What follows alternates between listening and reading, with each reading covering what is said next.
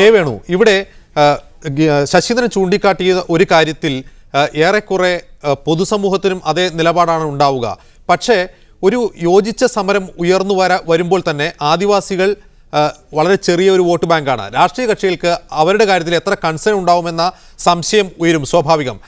മാത്രമല്ല, ശശീന്ദ്രൻ ചൂണ്ടിക്കാണിച്ച മറ്റൊരു കാര്യം, കേരളത്തിൽ ആദിവാസികൾക്ക് വിതരണം ചെയ്യാൻ ഭൂമി ഇല്ല എന്ന നിലപാടാണ് ഇപ്പോഴത്തെ പട്ടികവർഗ വകുപ്പ് മന്ത്രി കഴിഞ്ഞ വർഷം നടത്തിയൊരു പ്രസ്താവനയിലൂടെ പുറത്തു വന്നത്.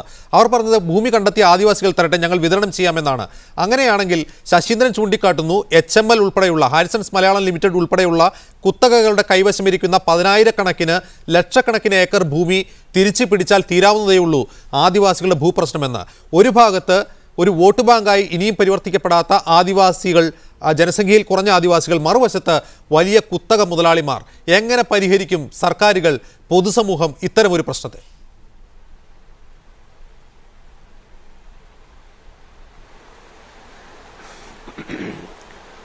പൊതുസമൂഹത്തിന് തീർച്ചയായിട്ടും ഇത്തരമൊരു സമരത്തിന് വ്യാപകമായ പിന്തുണ നൽകുക. കഴിഞ്ഞ തവണ ജാനുവിൻ്റെയൊക്കെ സമരം നടക്കുന്ന സമയത്ത് പൊതുസമൂഹത്തിൻ്റെയും പ്രത്യേകിച്ച് മാധ്യമങ്ങളുടെയും പിന്തുണ ഉണ്ടായതുകൊണ്ടാണ് അന്ന് ആന്റണി സർക്കാർ തന്നെ ഒരു ഒത്തുതീർപ്പിന് തയ്യാറായത്.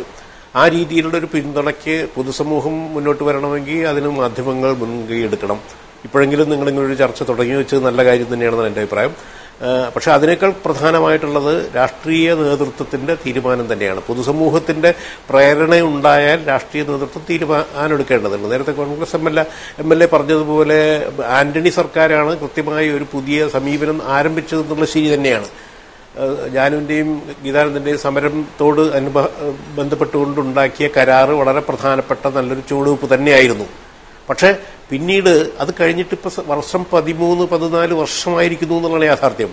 എന്നിട്ടും ഇപ്പൊ ഇതൊക്കെ നടപ്പിലാക്കിക്കൊണ്ടിരിക്കുകയാണെന്നൊരു MLA പറയുമ്പോൾ, ഒരു കോൺഗ്രസ് നേതാവ് പറയുമ്പോൾ ലജ്ജിക്കാനേ പറ്റൂ. അത്രമാത്രം നിരുത്തരവാദപരമായി ഇത്തരം പ്രശ്നത്തെ നോക്കി കാണുന്നു. ഗീതാനന്ദൻ പിന്നീട് കണക്കുകൾ മുഴുവൻ തന്നെ ചൂണ്ടിക്കാണിച്ചിട്ടുണ്ട്. അത് പിന്നെ ആവർത്തിക്കേണ്ടതില്ല. ഒരു രീതിയിലുള്ള മുന്നോട്ടുള്ള നടപടികളും സർക്കാരിന്റെ ഭാഗത്ത് ഉണ്ടായിട്ടില്ല എന്ന് മാത്രമല്ല, ആദിവാസികൾക്ക് കൊടുക്കാമായിരുന്ന ഭൂമി, ലഭ്യമായ ഭൂമി, ആറളം ഭൂമിയും വനഭൂമിയും എല്ലാം തന്നെ ലഭ്യമായ ഭൂമി തന്നെ കയ്യേറ്റക്കാർക്ക് വിട്ടുകൊടുക്കുകയും സർക്കാർ കണ്ണടച്ചു നിൽക്കുകയും ചെയ്യുന്നു. ഒരു ആദിവാസി മന്ത്രി ഉണ്ടായിട്ട് ഈ വക കാര്യങ്ങൾ പരിശോധിച്ചിട്ട് വേണ്ട എന്തൊക്കെ ചെയ്യാൻ കഴിയും എന്നുള്ളത് അന്വേഷിച്ചിട്ടില്ല.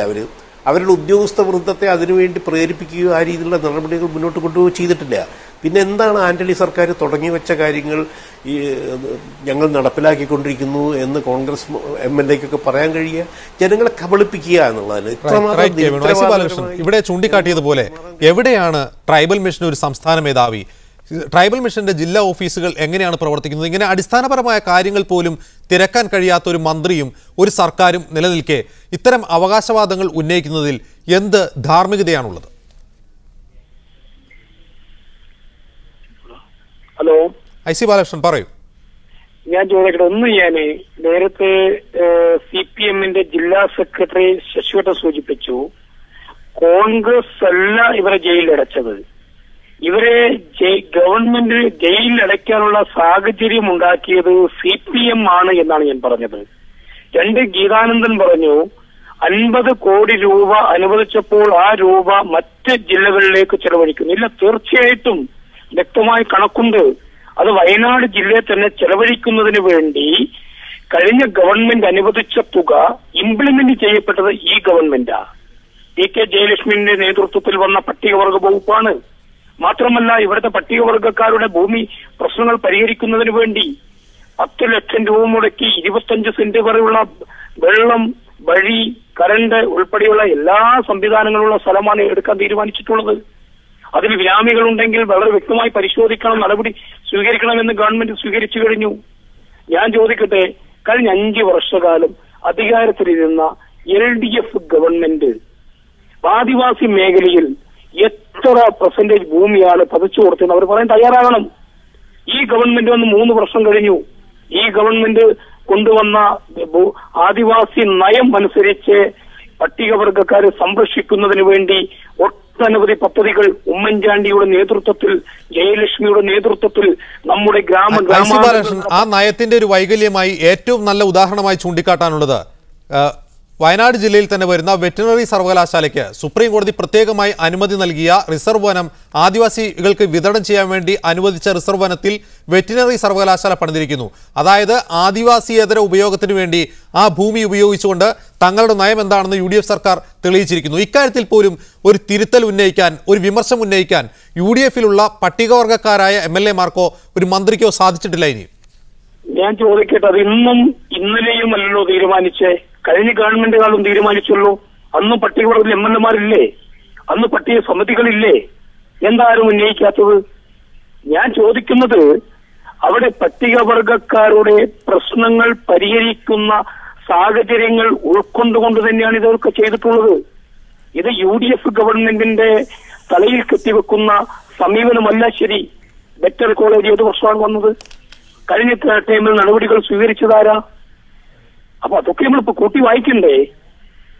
ഇപ്പം പട്ടികവർഗ മേഖലയിൽ ഓരോ കുടുംബങ്ങളുടെ സംരക്ഷണത്തിന് വേണ്ടി നിരവധി പദ്ധതികൾ വിഭാവനം ചെയ്തുകൊണ്ടിരിക്കുക. റൈറ്റ്. IC ബാലകൃഷ്ണൻ, ഗീതാനന്ദൻ, ഇവിടെ IC ബാലകൃഷ്ണൻ ഉന്നയിക്കുന്ന കാര്യങ്ങൾ പരിശോധിക്കുമ്പോൾ അദ്ദേഹം പറഞ്ഞു വരുന്നത് ഒരു കരാറുണ്ടാക്കിയത് UDF സർക്കാരാണ്. ആ കരാറിന്റെ തുടർച്ച അടുത്ത LDF സർക്കാരിൽ ഉണ്ടായില്ല. ഇപ്പോഴത്തെ UDF സർക്കാരിന് കൃത്യമായ ഒരു ആദിവാസി നയമുണ്ട്. അതിൽ പ്രകാരമുള്ള പദ്ധതികൾ നടപ്പാക്കി വരുന്നുണ്ട്. അതിന് സ്വാഭാവികമായ ചില തടസ്സങ്ങളുണ്ട്. അതിന്റെ കാലവിളംബമാണ് ഇപ്പോൾ കണ്ടുകൊണ്ടിരിക്കുന്നത് എന്നാണ്. എന്താണ് താങ്കളുടെ പ്രതികരണം? എന്തായാലും ആന്റണി ഗവൺമെൻറ് നയത്തിൽ നിന്നും അന്ന് ആവിഷ്കരിച്ച പദ്ധതിയിൽ നിന്നും ഈ ഗവൺമെൻറ് വളരെ ബഹുദൂരം മാറി നിൽക്കുകയാണ്. ഇതാണ് യാഥാർത്ഥ്യം. അത് നമുക്ക് വസ്തുതകൾ കണക്ക് നിരത്തിയൊക്കെ പറയാം. ഈ പറയുന്നതിൽ എന്തെങ്കിലും സത്യസന്ധതയുണ്ട് എങ്കിൽ നേരത്തെ ഇവിടെ ചർച്ചയിൽ ചൂണ്ടിക്കാണിച്ച പോലെ HNL ഭൂമിയൊന്നും തേടിപ്പോകേണ്ടതില്ല. അവരുടെ കയ്യിൽ ഇപ്പോൾ ലഭ്യമായ ഭൂമി, ആറളം ഫാമിലുള്ള പകുതിയിലേറെ ഭൂമി, ഏതാണ്ട് 3000 ഏക്കർ ഭൂമി കേന്ദ്ര സർക്കാർ വിട്ടുകൊടുക്കാനും സുപ്രീം കോടതി ഇടക്കാല ഉത്തരവുടെ ആദിവാസികൾ എത്രയും വേഗം പതിച്ചു കൊടുക്കണമെന്ന് പറയുന്ന 19,600 ഏക്കർ ഭൂമി, ഏറ്റവും ചുരുങ്ങിയത് 10-20,000 ഏക്കർ ഭൂമി ഈ ഗവൺമെൻറ് ഇനി അവർക്ക് 1.5 വർഷക്കാലമുണ്ട് കൊടുക്കാവുന്നതാണ്. അത് കൊടുക്കുന്നതിന് ആരും ഇവിടെ എതിർപ്പോ ഒന്നും തന്നെ പ്രകടിപ്പിക്കുന്നുമില്ല. ഇത് കൊടുത്തുകൊണ്ട് ആ പദ്ധതി പുനരുജ്ജീവിപ്പിക്കാൻ കഴിയുന്നതാണ്. അതുപോലെ തന്നെ ലഭ്യമായ കൊടുത്ത മുഴുവൻ ആദിവാസി ഭൂമിയും സംരക്ഷിക്കാൻ വളരെ എന്താണ് പറയേണ്ടത്, ആരുടെങ്കിലും എതിർപ്പ് ഒന്നും തന്നെ വിളിച്ചു വരുത്തേണ്ടതില്ല. ആദിവാസികൾക്ക് പതിച്ചുകൊണ്ടിരിക്കുന്ന ആ പ്രത്യേക ഭൂമി മാത്രം, അവരുടെ ഒരു ഭൂമി സംരക്ഷിക്കാനുള്ളൊരു നിയമനിർമ്മാണം നടത്താൻ എന്ത് തടസ്സമാണുള്ളത്? അങ്ങനെയാണ് ആന്റണി ഗവൺമെൻറ് ആരംഭിച്ച ആ സ്കീം, ആ പാക്കേജ് സർക്കാർ തുറന്ന മനസ്സോടെ നടപ്പാക്കുമ്പോൾ മാത്രമേ നമുക്കൊരു വ്യക്തമായൊരു ആദിവാസി നയം ഉണ്ട് എന്ന് ബോധ്യപ്പെടുകയുള്ളൂ. എന്തായാലും ഈ UDF ഗവൺമെൻറ്റിനെ സംബന്ധിച്ചിടത്തോളം ഇപ്പോൾ ഈ 34 ദിവസം നീണ്ടു നിൽക്കുന്ന ഈ സമരം നടന്നുകൊണ്ടിരിക്കുമ്പോൾ തുറന്ന ഒരു സമീപനത്തോടുകൂടി ആ വിഷയത്തെ പരിശോധിക്കാൻ തയ്യാറായത് ഞങ്ങൾക്ക് തോന്നുന്നില്ല. ഇപ്പം മിസ്സിന് ജയലക്ഷ്മി മേഡവുമായുള്ള ചർച്ചയിൽ തന്നെ യാതൊരു തയ്യാറെടുപ്പുമില്ലാതെ ഒരു പട്ടികവർഗ അഫയേഴ്സ് മന്ത്രിയുടെ ഓഫീസിൽ നിന്ന് യാതൊരു തയ്യാറെടുപ്പും ഈ വിഷയത്തെ അഭിമുഖീകരിക്കാൻ ഇതുവരെ ചെയ്തിട്ടില്ല എന്നാണ് ഞങ്ങൾക്ക് തോന്നുന്നത്. ഞങ്ങൾ അവരുടെ മുമ്പാകെ സമർപ്പിച്ച കെ വേണു ഇവിടെ ചൂണ്ടിക്കാട്ടുന്നത് പോലെ ആദിവാസികളുടെ ഒരു സമരത്തെ സർക്കാർ എങ്ങനെ അഭിമുഖീകരിക്കുന്നു എന്നൊരു ചോദ്യം അവശേഷിക്കുന്നുണ്ട്. കാരണം കഴിഞ്ഞ ഫെബ്രുവരിയിൽ എൻഡോസൾഫാന്റെ ഇരകൾ സെക്രട്ടേറിയറ്റ് തിരുവനന്തപുരത്ത് സമരം ചെയ്തു. അതിനു മുൻപ് പ്ലാച്ചിമട കൊക്കോകോള ഫാക്ടറിയുടെ ഇരകൾ തിരുവനന്തപുരത്ത് സമരം ചെയ്തു. ഫെബ്രുവരി മാസമായിരുന്നു. ലോക്സഭാ തെരഞ്ഞെടുപ്പ് വരാൻ പോകുന്നു. അതിന് തൊട്ടു മുമ്പ് സർക്കാർ വളരെ പെട്ടെന്ന് സമരക്കാരുമായി ചർച്ച നടത്തി. പക്ഷേ 35 ദിവസമായിട്ടും ഈ സമരത്തെ അഭിമുഖീകരിക്കാൻ പോലും UDF സർക്കാർ തയ്യാറാവുന്നില്ല. അതിനൊരു പ്രധാന കാരണം ഒന്ന് തെരഞ്ഞെടുപ്പ് സമയമല്ല, മറ്റൊന്ന് പൊതുസമൂഹത്തിൽ നിന്ന് ഒരു ശക്തമായ സമ്മർദ്ദം ഈ സമരവുമായി ബന്ധപ്പെട്ട് ഉയരുന്നില്ല എന്നൊരു ലൂപ്പ് ഹോൾ സർക്കാരിന് മുന്നിലുണ്ട്. അത്തരമൊരു സമ്മർദ്ദം ഉയരണമെങ്കിൽ ആദിവാസി ഭൂപ്രശ്നത്തെ, ആദിവാസികളുടെ നിലനിൽപ്പിനായുള്ള പോരാട്ടത്തെ പൊതുസമൂഹത്തിൻ്റെ പ്രശ്നങ്ങളുമായി റിലേറ്റ് ചെയ്യേണ്ടതില്ലേ? അത് എങ്ങനെ സാധ്യമാവും?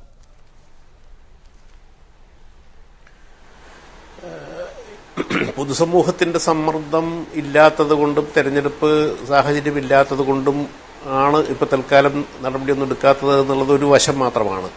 എൻ്റെ അഭിപ്രായത്തിൽ ആന്റണി ഗവൺമെന്റ് ആദിവാസി സമരക്കാരുമായി അന്ന് ഒത്തുതീർപ്പുണ്ടാക്കുമ്പോൾ ആ ഒത്തുതീർപ്പിനെ തുരങ്കം വയ്ക്കാൻ അന്ന് തന്നെ ആന്റണി മന്ത്രിസഭയിലെ തന്നെ ഒരു വിഭാഗം ശ്രമിച്ചിരുന്നു.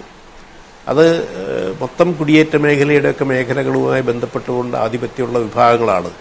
അവരുടെ കാഴ്ചപ്പാടനുസരിച്ച് ആദിവാസികൾ ശക്തി പ്രാപിച്ചാൽ അവർക്ക് കുറേ നഷ്ടങ്ങളുണ്ടാവും. അതുകൊണ്ട് ഒരു കാരണവശാലും ആദിവാസികൾക്ക് ഇവിടെ ഇടം കൊടുക്കരുത് എന്ന് കരുതുന്നവരുണ്ട്.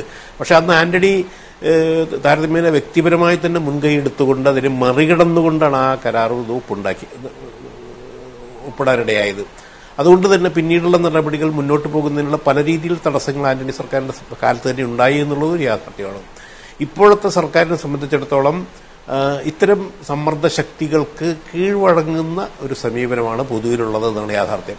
അതുകൊണ്ട് തന്നെ ഉമ്മൻചാണ്ടിയുടെ നേതൃത്വത്തിലുള്ള ഗവൺമെന്റ് ശക്തമായി അന്ന് ആന്റണി എടുത്ത സമീപനത്തിന്റെ ഒരു ചെറിയ അംശം പോലും ആ നയങ്ങൾ തുടരുന്നതിന് വേണ്ടിയുള്ള സമീപനം സ്വീകരിക്കുന്നില്ല എന്നുള്ളതാണ്.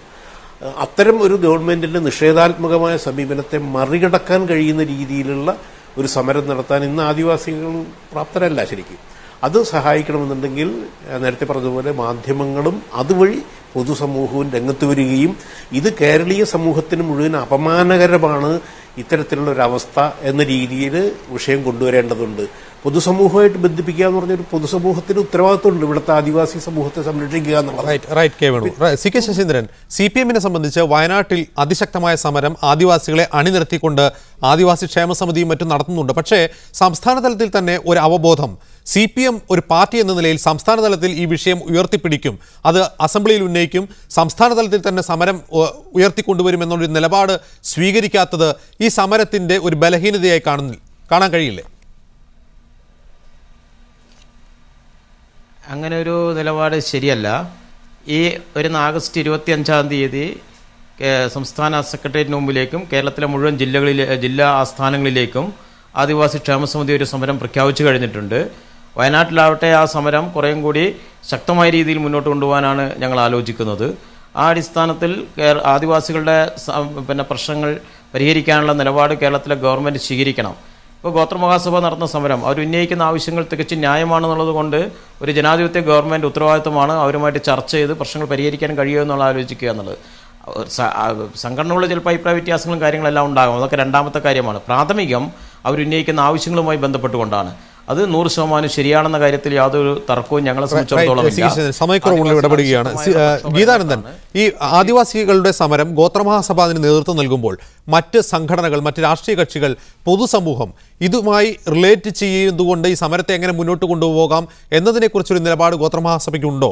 അതോ മുൻകാലങ്ങളിലുള്ളതുപോലെ ആദിവാസി ഭൂസമരങ്ങളെ ഹൈജാക്ക് ചെയ്യുന്ന ശക്തികൾ സുഹൃത്തുക്കളുടെ രൂപത്തിൽ, സ്നേഹിതരുടെ രൂപത്തിൽ ഗോത്രമഹാസഭയ്ക്ക് മുമ്പിൽ വന്നിട്ടുള്ള അനുഭവങ്ങൾ മുമ്പ് ഉണ്ടായതുകൊണ്ടാണോ ഒറ്റയ്ക്ക് തന്നെ ഈ സമരം മുന്നോട്ട് കൊണ്ടുപോകാൻ തീരുമാനിച്ചത്? അതോ മറ്റ് രാഷ്ട്രീയ കക്ഷികളും പാർട്ടികളും സംഘടനകളുമായി ഒരു സംഭാഷണം നടത്താൻ ഗോത്രമഹാസഭ ഇനിയും തയ്യാറാവാത്തത് എന്തുകൊണ്ടാണ്? നിശ്ചയമായിട്ടും ഗോത്രമഹാസഭ മുൻകൈ എടുക്കും. ഞങ്ങൾ ഈ വരുന്ന 23-ാം തീയതി പ്രത്യേകിച്ചും ഒരു നിയമനിർമ്മാണത്തിൻ്റെ സാധ്യതകളെക്കുറിച്ച് എല്ലാ വിഭാഗങ്ങളുമായും ചർച്ച ചെയ്യാനുള്ളൊരു ഓപ്പൺ വേദി ഒരുക്കുന്നുണ്ട്. എല്ലാ രാഷ്ട്രീയ നേതൃത്വങ്ങളെയും ഈ കാര്യത്തിന് വേണ്ടി കാണണം തന്നെയാണ് ഉദ്ദേശിക്കുന്നത്. സമരത്തിൽ ഐക്യത്തേക്കാൾ ഉപരി ആ ഒരു ആദിവാസി നയം ആവിഷ്കരിക്കുന്നതിൽ എല്ലാ രാഷ്ട്രീയ പാർട്ടികളും മുൻകൈ എടുക്കണം എന്നാണ് ഞങ്ങളുടെ അഭ്യർത്ഥന. നിശ്ചയമായിട്ടും അതിനെല്ലാവരും എല്ലാ പാർട്ടികളുടെ നേതൃത്വങ്ങളെയും ഞങ്ങൾ കാണും. അതിനുള്ള ശ്രമം ആരംഭിച്ചു. വളരെയധികം നന്ദി. M Geethanandan, C K Saseendran, K Venu, IC Balakrishnan ഈ ചർച്ചയിൽ പങ്കെടുത്തതിന്, പ്രതികരിച്ചതിന്. സ്പെഷ്യൽ എഡിഷൻ പൂർണ്ണമാകുന്നു. Good bye and good night.